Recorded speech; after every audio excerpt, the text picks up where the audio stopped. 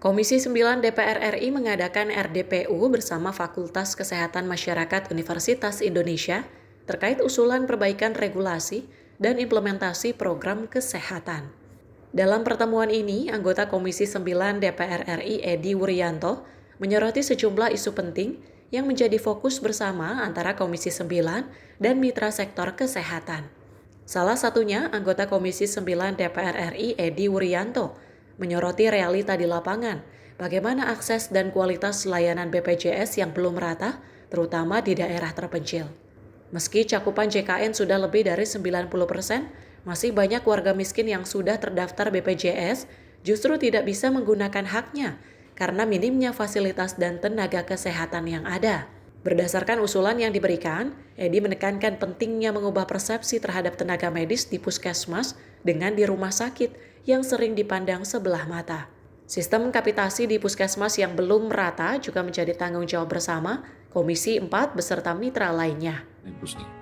Kan persoalannya begini, JKN kita sudah mengcover di atas 90%. Artinya sebagian besar penduduk sudah menjadi peserta BPJS. Tetapi ketika dia mau menggunakan manfaatnya, dia nggak bisa bayar tapi nggak bisa menggunakan manfaat. Kan nggak adil. Dan itu terjadi pada daerah-daerah terpencil. Padahal di sana daerah terpencil itu kita temukan orang miskin.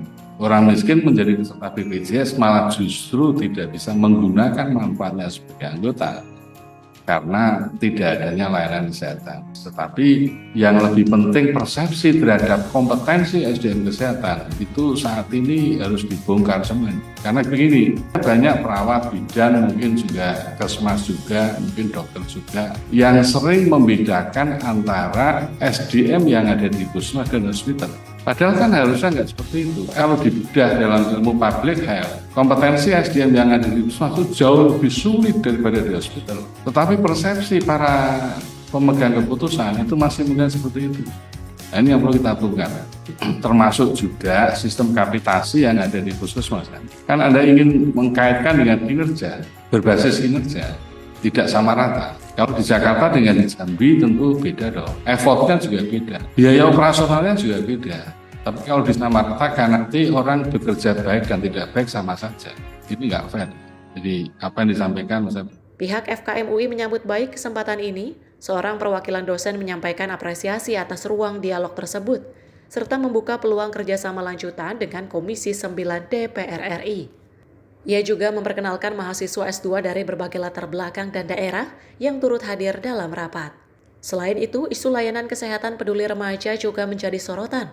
Edi menilai perlunya edukasi dan pendekatan layanan yang lebih sesuai bagi generasi muda, termasuk mahasiswa. Ia menyampaikan keprihatinan terhadap kesenjangan persepsi antar generasi dalam pola pergaulan dan akses layanan kesehatan. Tim redaksi Sinpo TV melaporkan.